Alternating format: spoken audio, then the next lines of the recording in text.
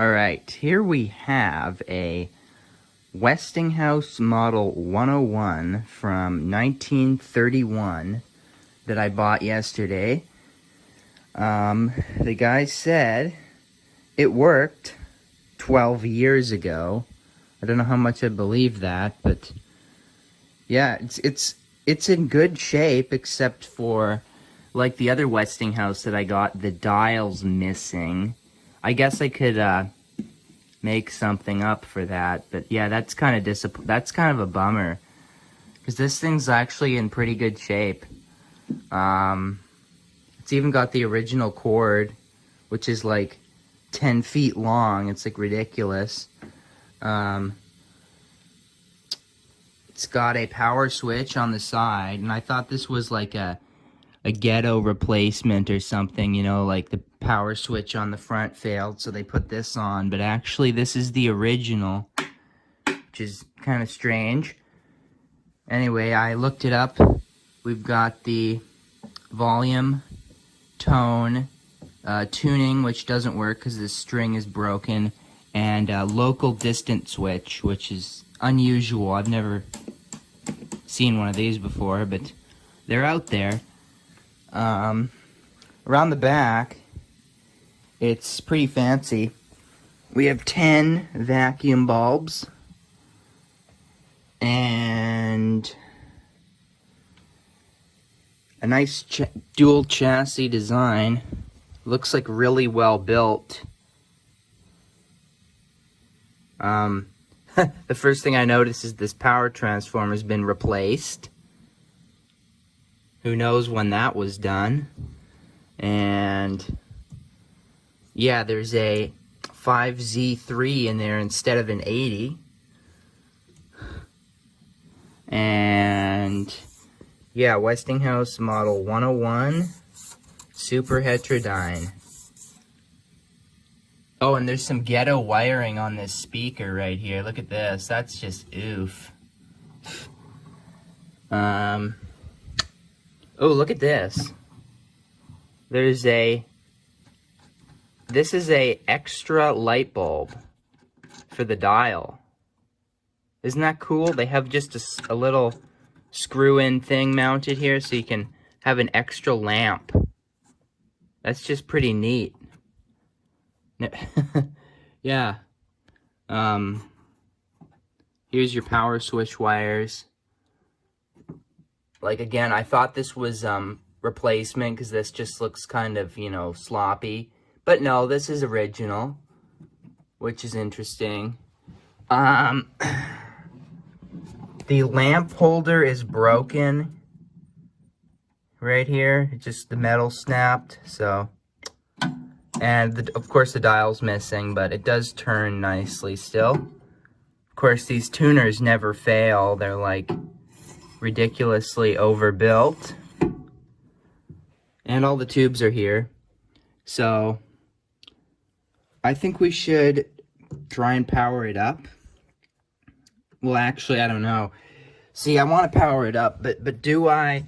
These are electrolytic capacitors, not papers, so these are I've kind of had bad experiences with these early electrolytics.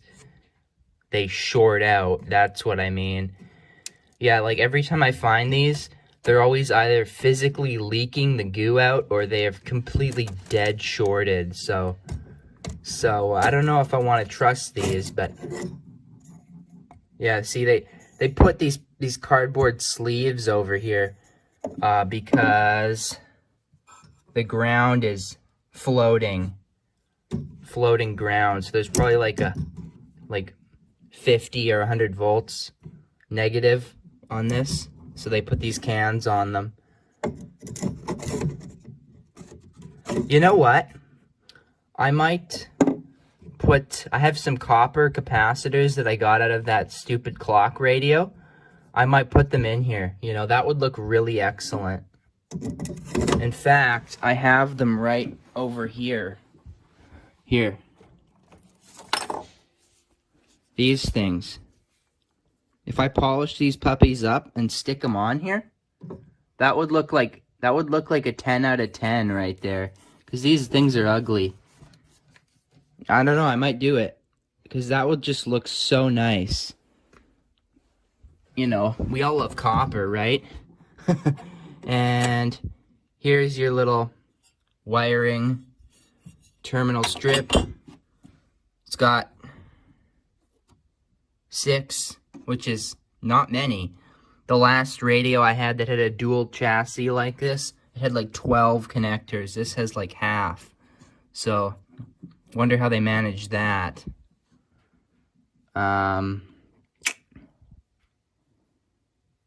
Yeah, this is made by RCA, by the way. This is not Westinghouse made. I looked it up. This is like very close to a, I think it's a Radiola 80, and I know I can just find the, RCA made a really excellent service manual for like their radios from the 20s to like the early 30s. Their service manuals are so good and detailed compared to just the plain boring schematics you find on other radios. But anyway, I'm going to connect a meter to, I'm going to look up the schematic, find whichever one of these is the B+, and connect the meter to it, and then we're going to power this up on a Variac and light bulb. Alright, we're ready with the test. So, we're watching for light out of the light bulb and voltage on that meter I've got over there.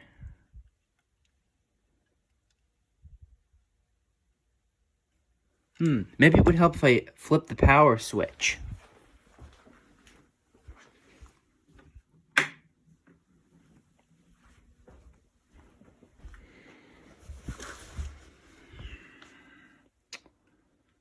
Oh yeah, we're getting light.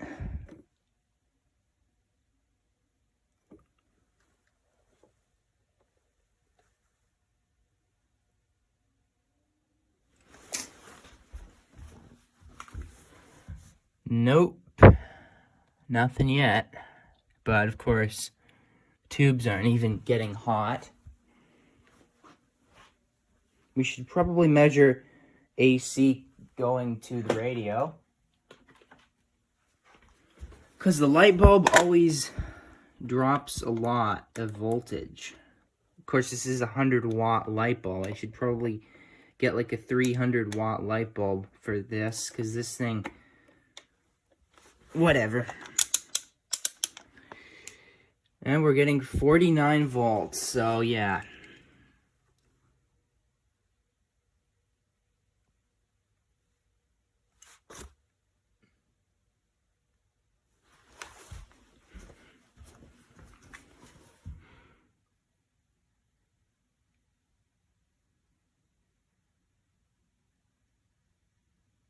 Just a little bit, but at least a little. Look at that, it's moving around.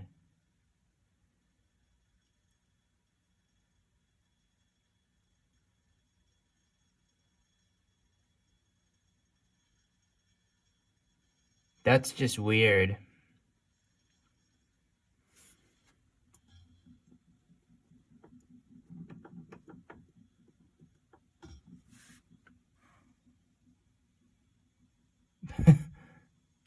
It's just weird. Anyway,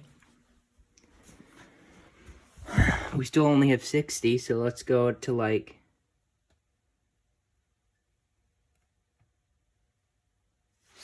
70. And we're still not getting much.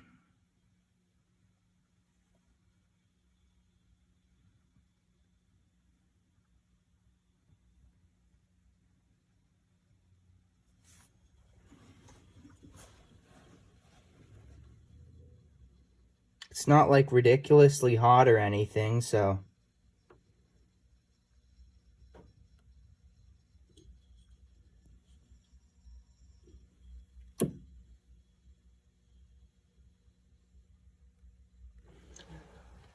Well, I'll keep going.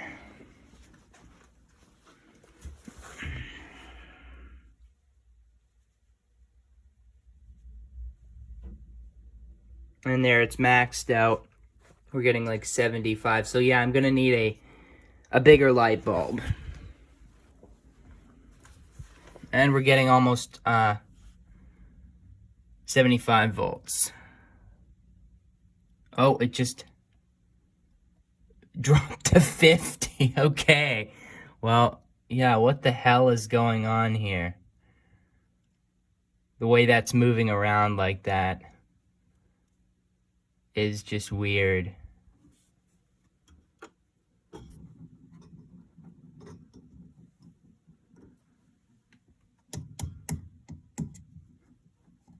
Oh?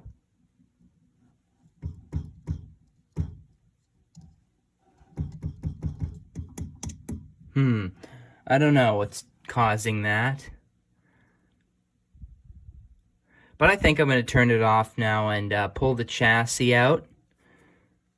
I'm starting to take it apart, but I said, wait a minute, might as well do one more test with a bigger light bulb so we can actually get a bit more voltage into it.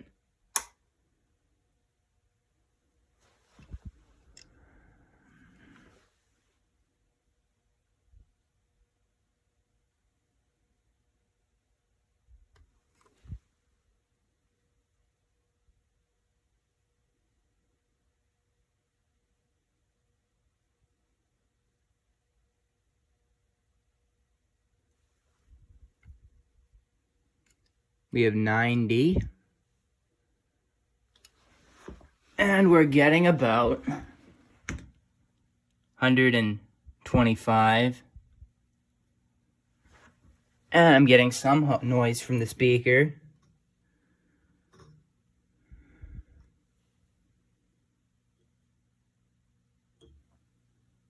Well, let's mess around with it.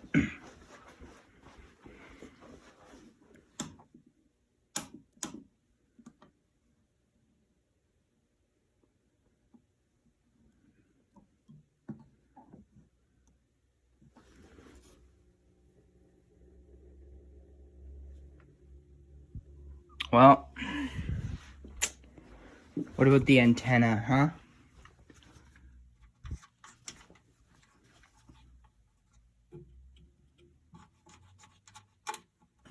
Yeah, I can't reach it, but I don't think it would work anyway.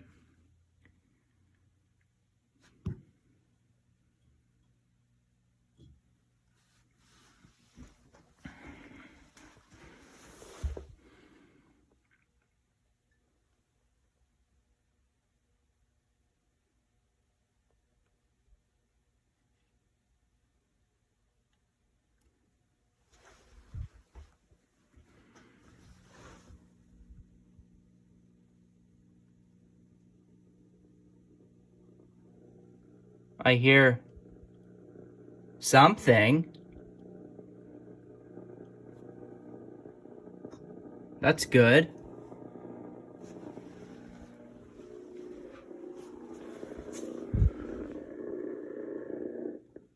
Ooh.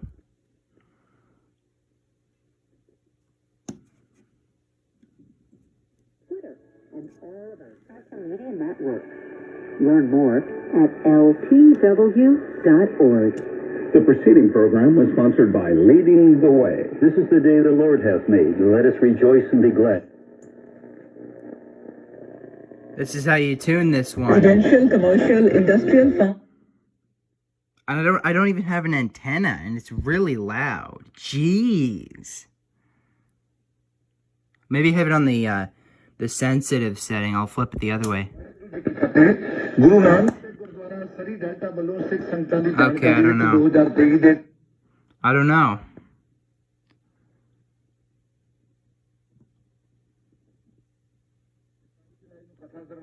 It's got a delay.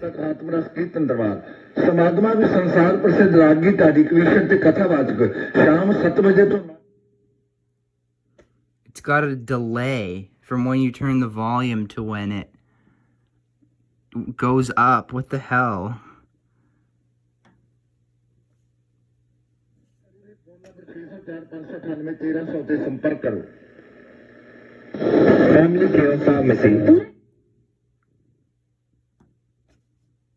I don't get it.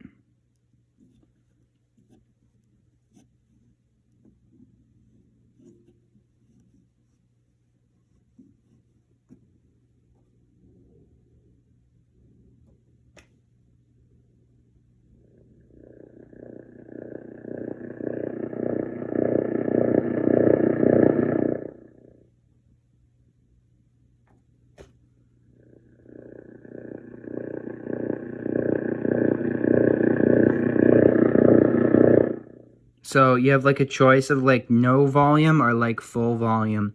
That's great. I like that feature. If I turn it just like a tiny bit.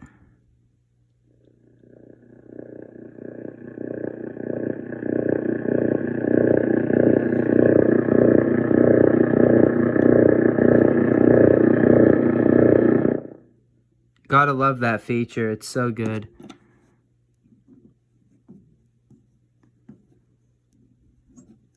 Whatever, it does something at least. It does something. We're not getting much voltage though. Like I thought it would be around 250, 200, but that's not much.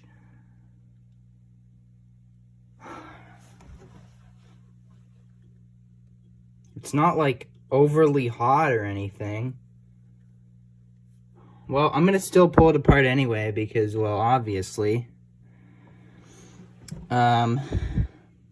Yeah. I still don't trust it. And plus, the volume control doesn't work, so it actually is broken. I'm trying to wonder how this actually comes apart.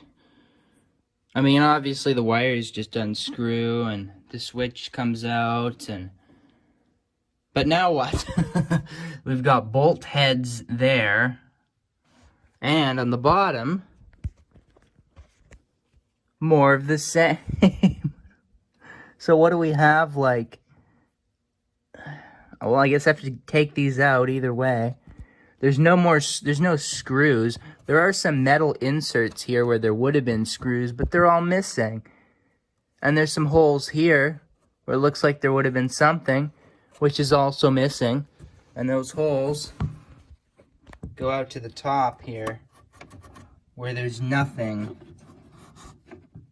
Yeah, so it looks like I got to get those bolts out on the bottom. I don't know. Where's the nut? There's a bolt on the top and a bolt on the bottom. And they're like the same one, too. They're in the same spots. And here's the bottom one out. And geez, it must be at least like 20 pounds. It's freaking heavy. Because we got tar-filled bricks here, metal here, ridiculously thick metal on the speaker. Like, what the hell? Really? Like, really? This is ridiculous. It's all made of thick-ass metal. And yeah, we can see here that there's some tar crust from where the original transformer leaked. And yeah. And yeah, you see the original would have been much bigger. See, the original would have gone to like from here to here. But this one's a bit smaller.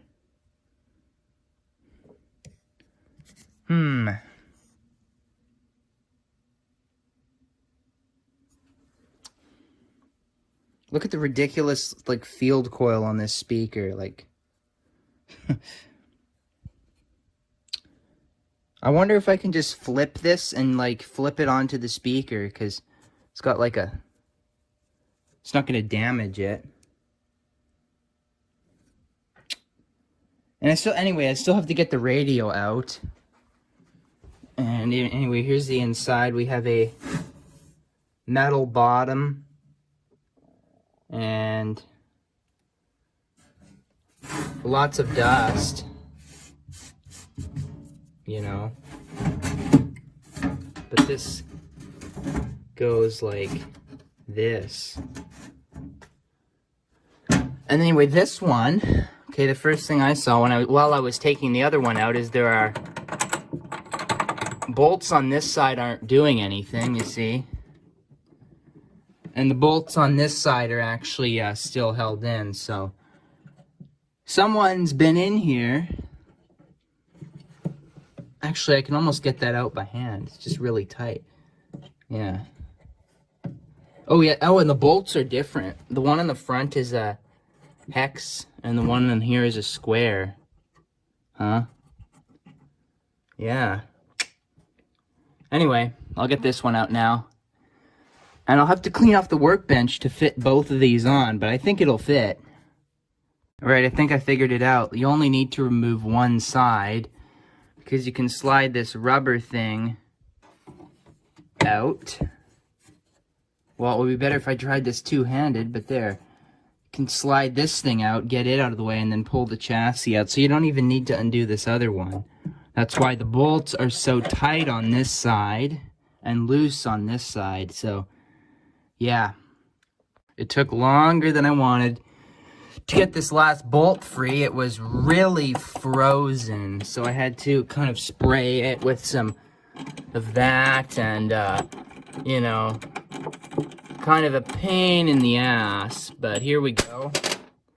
You know, that's just how it goes. It's always the one that's the hardest to get to that doesn't want to come out, right? But now I just gotta push it up there.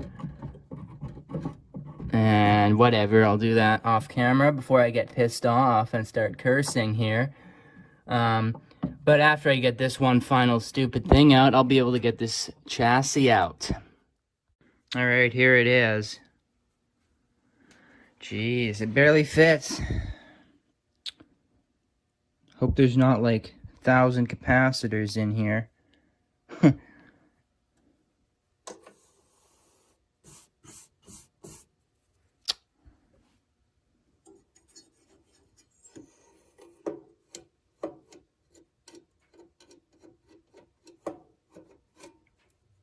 What's it stuck on now? What the heck? What the heck? Jeez. Whatever, I'll figure that out later.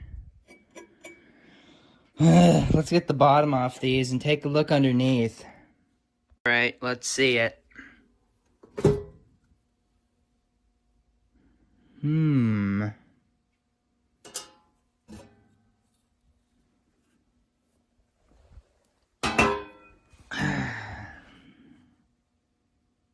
Well,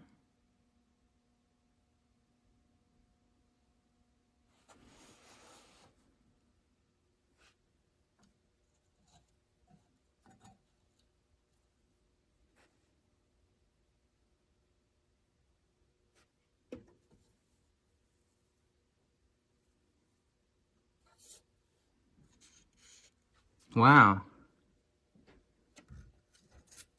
Some colorful resistors under there. Jeez. If any of these are bad, you'll have to take this whole board out. Well, I guess these are IF cans. Ooh, copper. Ooh. Oh. Are those screw threads?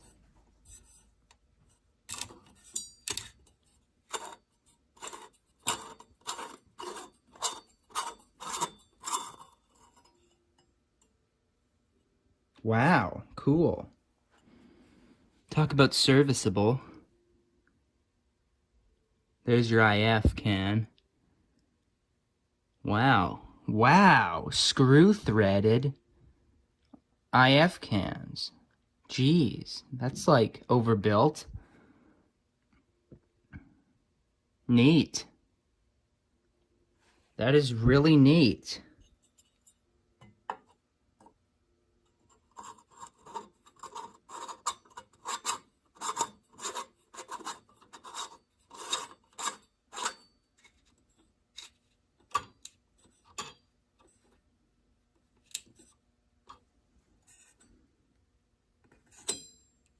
Kind of tight. Yeah. And it doesn't look like there are many capacitors in here. I'm seeing lots of resistors, but 2 mica capacitors here. 1 paper right there. Yeah, there's 1 paper there. 2 capacitors maybe in there. Maybe 4 in there. Maybe a lot in there. Okay, fine. There are maybe a lot of capacitors. but they're in these boxes.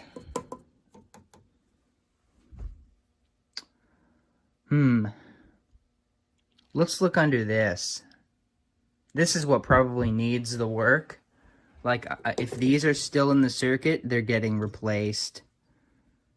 As I suspected, the power supply is mostly wiring and transformers and, you know, simple stuff, so not much to go wrong in here, except maybe this, and of course, these are getting replaced. These original capacitors are still in the circuit. Jeez.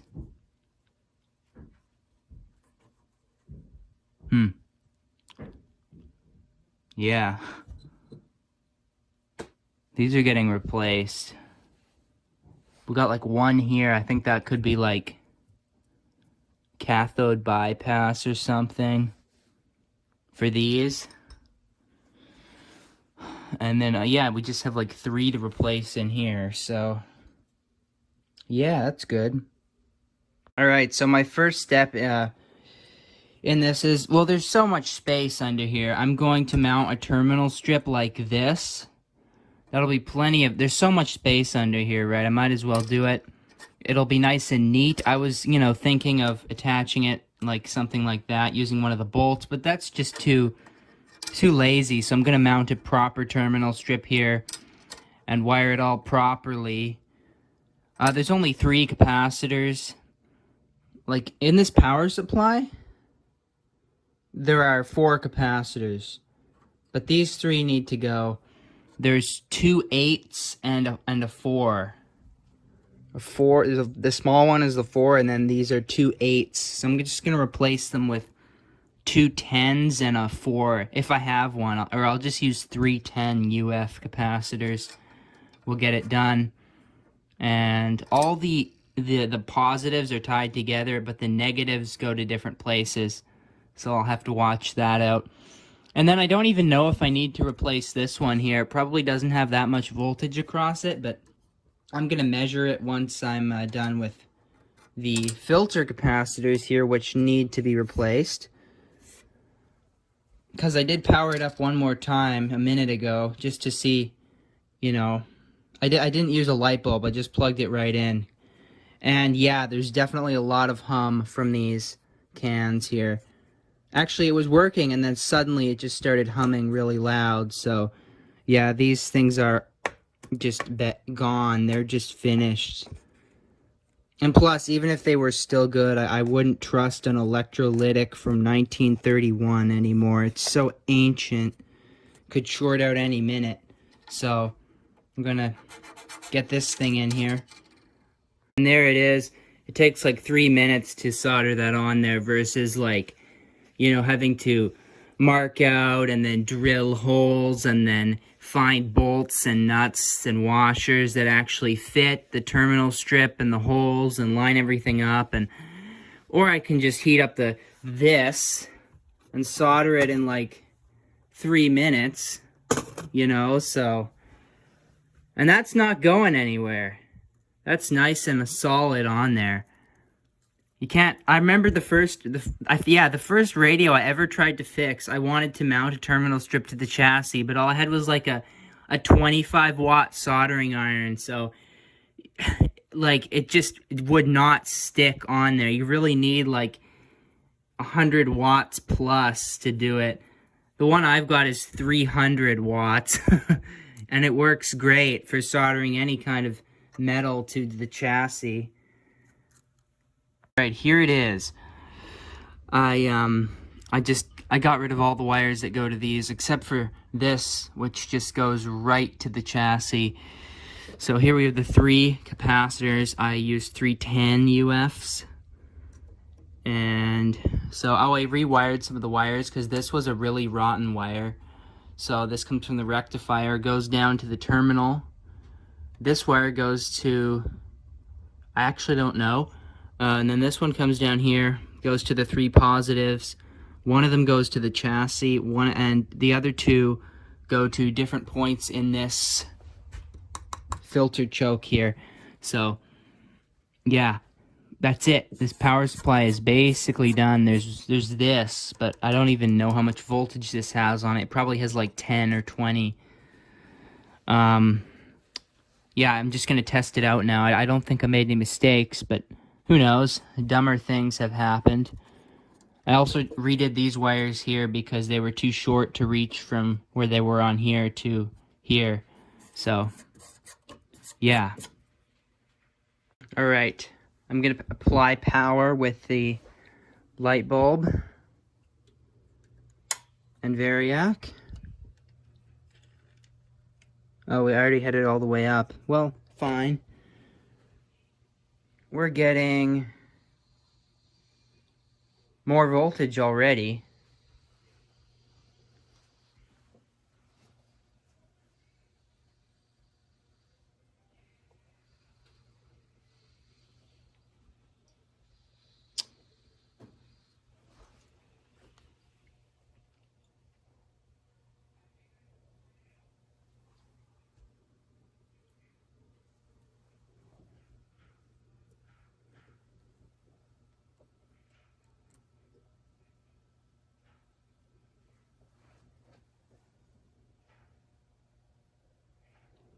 Where is it?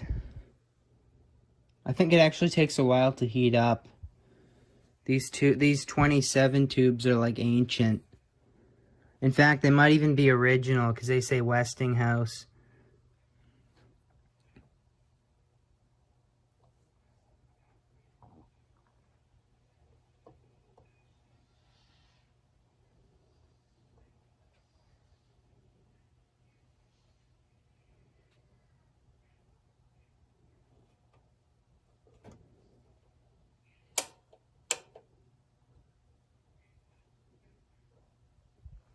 We're not getting anything.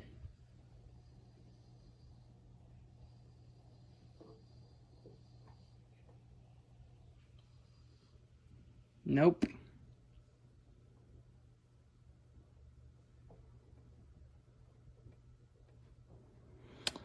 And why is that?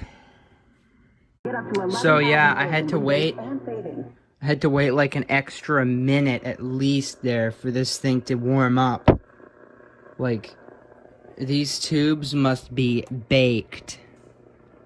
I'm guessing it's these 27s here, because these other ones are kind of more modern. Also, I've been looking at this here, okay? And if I put it all the way closed, you see this one at the back here isn't all the way, so is that supposed to be like that? I've never seen one like that before. They're always all the same, but this one is not all the way closed, so I have no clue what this is all about. Is this supposed to be like this? I don't know. I mean, it works, but...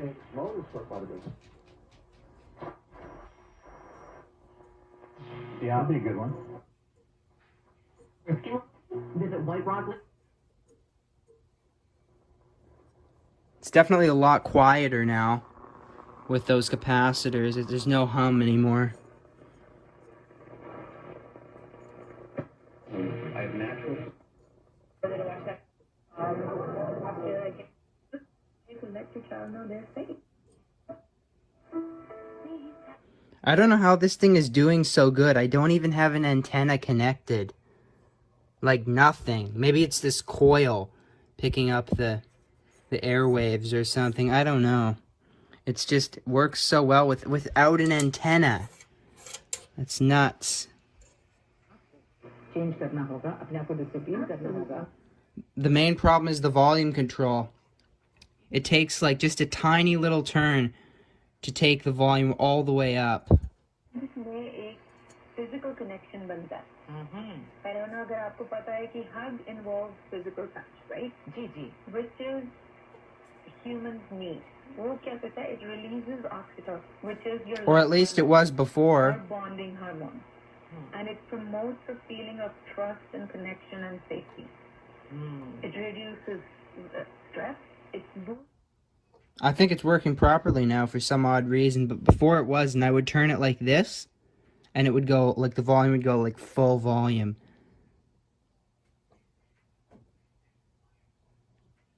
Oh, now see, sound, now it's not doing anything. What the fuck? What the fuck is this? Emotional bonding It has a delay. is a part of hugging. बिल्कुल सही कह रही हैं आप, बहुत सही कह रही हैं दीदी। बताइए जी, ये बताइए कि are there different types? The ultimate challenge, the Titan skills competition. All you need to do is give her a diamond twice. The volume control, fine. It still does the exact same thing.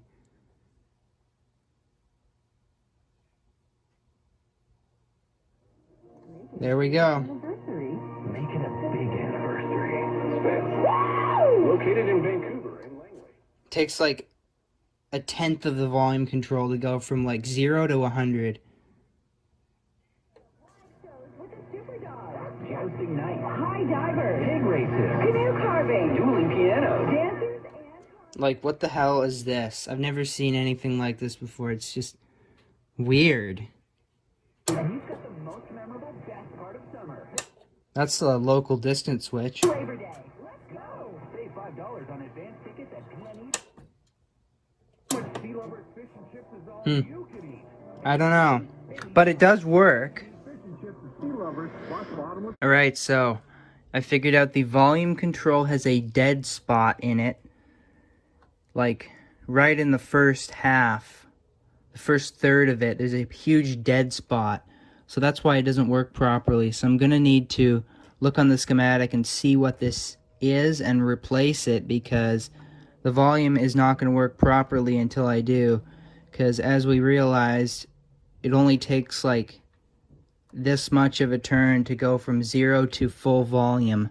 So this thing has a bad spot in it. Maybe I can just work it a bunch, but that's usually not how these things work. They usually just, the carbon trace just breaks up in there and then it's finished. So I'm going to see what value this is, and I can probably find one. It's just a pretty normal potentiometer with like a 1-inch shaft. Pretty normal. I can probably find one of those somewhere. Also, I've been looking at this tuning string here, and it is just busted. And this doesn't even look like an original, because you see they've got this string tied into the little pin here. This just looks very much ghetto. Look at that. This doesn't look original to me. And they've also got this white string here, whatever the hell this was supposed to do. You know, it would be nice if I could at least get the string to work so that I can tune it using the knob here, but I doubt that's gonna happen, because everybody hates redoing these tuning strings. They're always a pain in the ass. The only good design I've ever seen for these tuners are either wire rope, that never fails really, or friction drive, where you'd have like a wheel which, you know, goes to another wheel which is like friction. Those things are also really good, as long as they don't have rubber parts, which will then get hard and slippery. But yeah, these string tuners, I hate these. I have had so many radios where these things just, they break. Whatever. Alright, here's the fix for that volume control issue. I have just bypassed the bad section with a resistor, and now you kind of have to just pick a resistor that, you know, gives a good range of volume on this control. So what I did is I just took one of these type dealies and used it as a variable resistor between the center of the pot and the one side of the main resistance thingy. And then once I got it to a point where, you know, this would give a good range of volume and not go from 0 to 100 in like an instant, I just soldered the right resistor in there, so it should work now. I'm not going to worry about the capacitors. These seem fine. It's working great, and these don't look like they're going to short out. They're the good quality kind that are in metal boxes, so I'm going to leave these alone until they short out. The main problem is the tuner now. I don't know what to do about this. the string's busted, and I really don't want to restring this, so I'm just gonna probably ignore this and maybe do it in like 5 years. I'm not gonna bother with this right now. I hate these tuner strings, so I'm just gonna leave this. At least the volume control will work, the audio input will work, so yeah. Well, here's take 2 on the end of this video. I'm filming this about a month later because I accidentally deleted the first take of the end of this video, and now I want to upload the video. So yeah, but I've actually been using this thing quite a bit to listen to music because I added this little audio input here, and it works great. It sounds pretty good, actually. And it's been working fine with those original capacitors still in it, you know. All those recapper purists are gonna completely panic, and their OCD is gonna get all triggered because of this video. But, well, yeah, I think those things are not gonna fail anytime soon. It's just the filter caps in there. I wouldn't trust those because those early ones are known for shorting out. I've had a bunch of those shorted out in radios from just a few years later, from like 1934. They're always shorted. So, anyway, let's just give it a quick test here. It always takes like a good 2 minutes to warm up. I think the 27s are really weak, no, they're not weak, they're just baked. Because these actually say Westinghouse on them. This is like an original. So is this one. These might even be original from when this radio was bought. Who knows? Because this thing takes a while to warm up. Like, a while. You know? So, yeah. I don't know. There's not much to say on this. It's been working fine.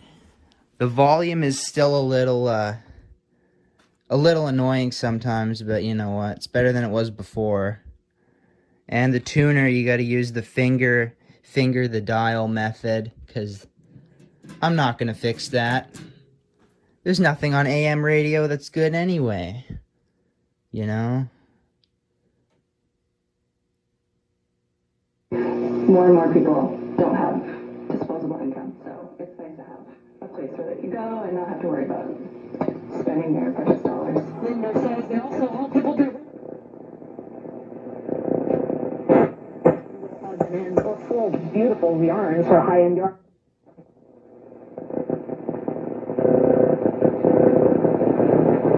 Restricting, you know, in addition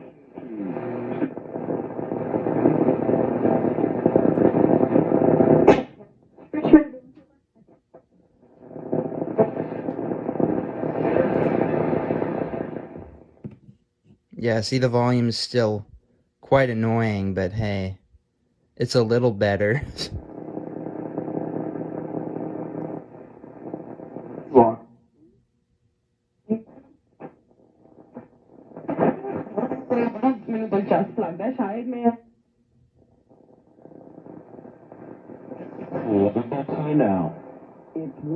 I only have this on it for antenna, so...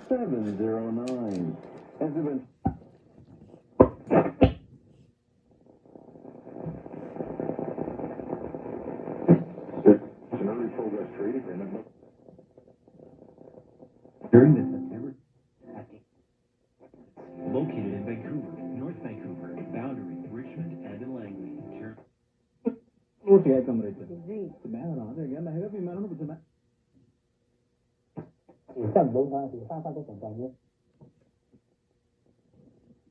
So there's your selection of radio stations. They all stink, but at least I can film videos on and say, hey, this radio works. So, with billions of points up for grabs. From September 21st to 27th, earn big on the things you need during our Best Points event. Things like pro and more. local distance switch. To get your offers. Tone control doesn't do much. PC Optimum Points. Choice Days are from September 21st to 27th. So there you have it. There you have it.